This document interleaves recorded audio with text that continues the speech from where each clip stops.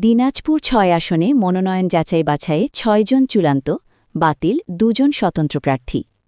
আজ বিকেলে ত্রয়োদশ জাতীয় সংসদ নির্বাচনের দিনাজপুর ৬, বিরামপুর, নবাবগঞ্জ, হাকিমপুর ও ঘোড়াঘাট আসনের মনোনয়নপত্র যাচাই-বাছাই শেষে ৬ জনকে বৈধ ও ২ জন অবৈধ প্রার্থী ঘোষণা করেন রিটার্নিং কর্মকর্তা ও জেলা প্রশাসক রফিকুল ইসলাম।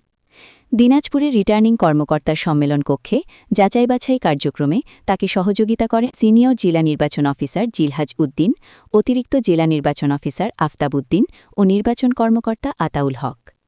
বৈধ প্রার্থীরা হলেন বিএনপির আবু জাফর মোহাম্মদ জাহিদ হোসেন, বাংলাদেশ জামাতে ইসলামীর মোহাম্মদ আনোয়ারুল ইসলাম, জাতীয় পার্টির অ্যাডভোকেট মোহাম্মদ রেজাউল হক, এবি পার্টির মোহাম্মদ আব্দুল হক, ইসলামী আন্দোলনের মোহাম্মদ নূর আলম সিদ্দিক, বাসদের মোহাম্মদ আব্দুল হাকিম।